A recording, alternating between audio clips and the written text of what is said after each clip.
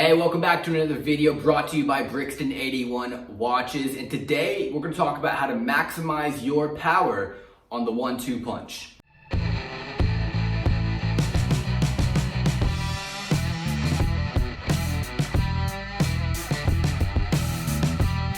So the 1-2 punch, which for beginners, the 1-2 is simply that. It's throwing a jab out with your lead hand, followed by, with your power hand, a straight right. Or if you're southpaw, a straight left. So it's 1, 2.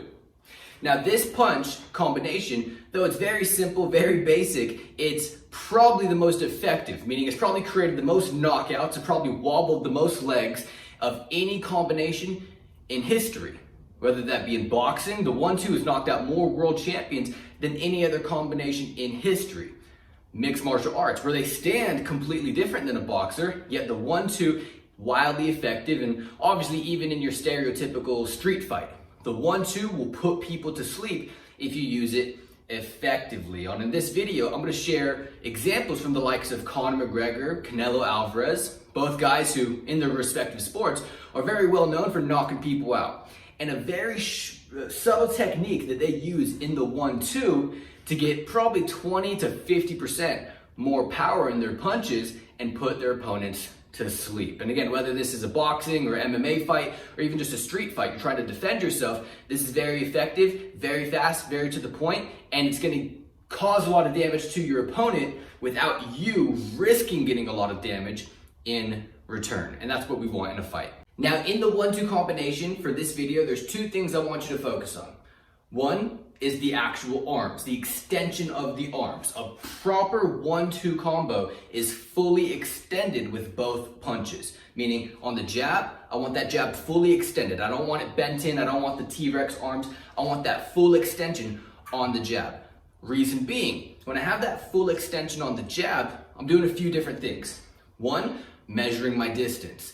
Because if I'm too far away on the jab, if I can't touch you with the jab, then I probably don't want to risk throwing that overhand right. Why? Because if I can't hit you with the jab, look how far away I am from the water bag.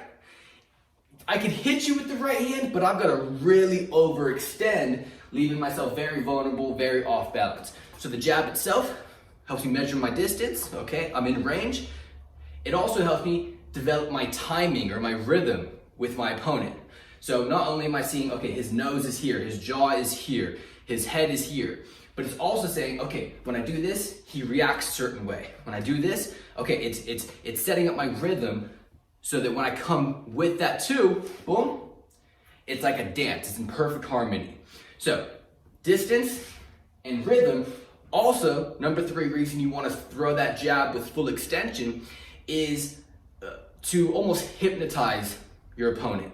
So if I'm throwing it out here, it's really no threat, meaning this isn't going to distract him, this isn't going to hurt him, this isn't going to inflict any damage, and I'm not going to be able to distract him when I throw the right hand. He's going to know, oh, he's just setting up an overhand right.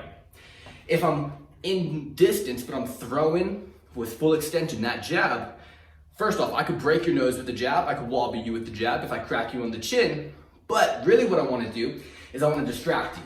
Because every time I touch you, like a bee sting, it's not life-threatening for most people, obviously. It's not gonna be the end of the world. It's not gonna ruin your day, but it's gonna distract you. It's gonna get your attention for a split second while I'm setting up that straight right.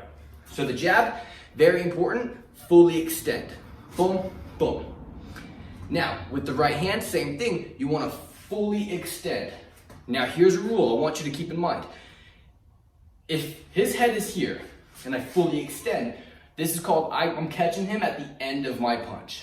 So my arm is fully extended, and I'm cracking him right at the end. Like that, almost like a whip. Now here's what I want you to keep in mind. If his head is a little bit closer, I still want to fully extend.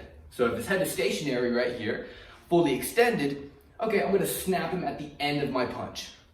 But let's say his head is right here. Well, look, I still got about 6 inches to fully extend.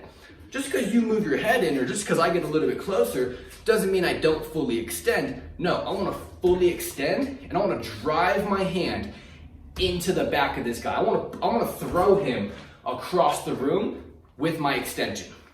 So I'm still gonna extend, and that's gonna be very important when I go into the legs, why you wanna keep that in mind. Full extension, full extension.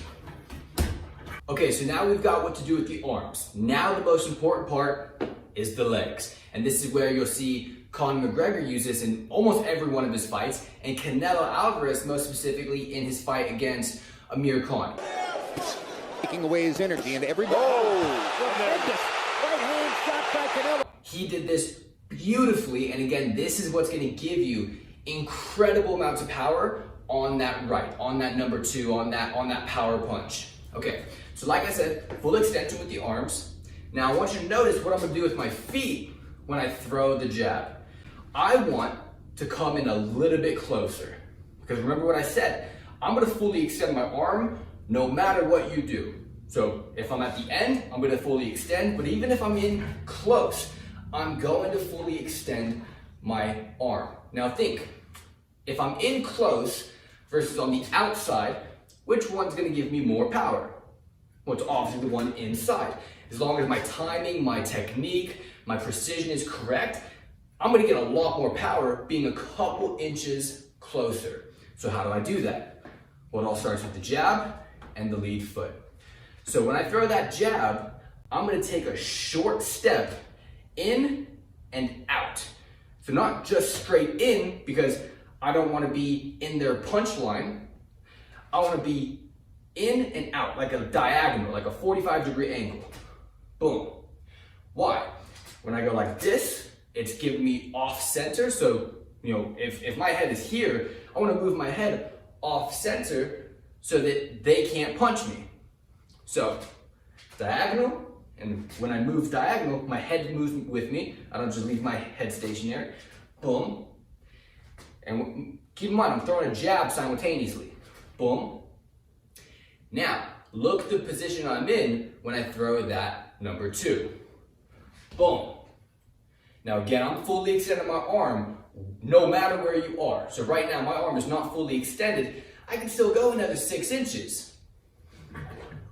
So imagine the torque, the velocity, the power that I'm gonna have if I take that short step in, buy myself a few inches, put myself in a more opportune position to throw a punch, get myself out of the way of getting any damage done to me, because his hand's over here, his power hand, I just cut off a lot of time, a lot of distance. So he's not gonna be able to really affect me with this power punch. I'm out of the way, I'm out of reach. And again, that right hand, that power hand, is in a perfect position to crack right on the chin. So I'll show you in full time. So without the step, here's how it would look. Boom, boom. Still a very effective punch, but if you want to add more power to it, this is what I would insist. Watch that left foot.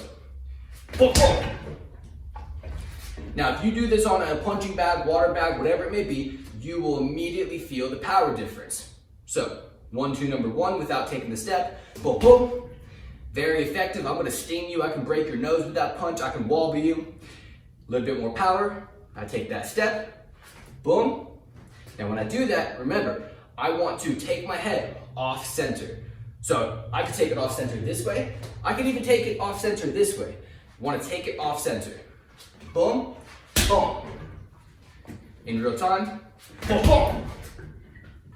Real time. Boom, boom. Real time. Boom, boom. So fully extending the arms, punching as hard as you can. Boom, straight down the pipe, straight down the middle.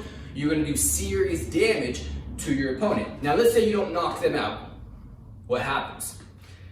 I take my step with my jab, boom. I throw my right hand, boom.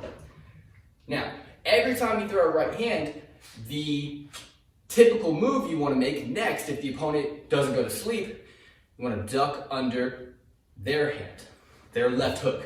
Boom, boom. I'm in a perfect position to duck under and attack the body. Get you safe, right here. Feint the jab. He didn't want to hit the jab, just feinted him to get close enough. And boom, boom.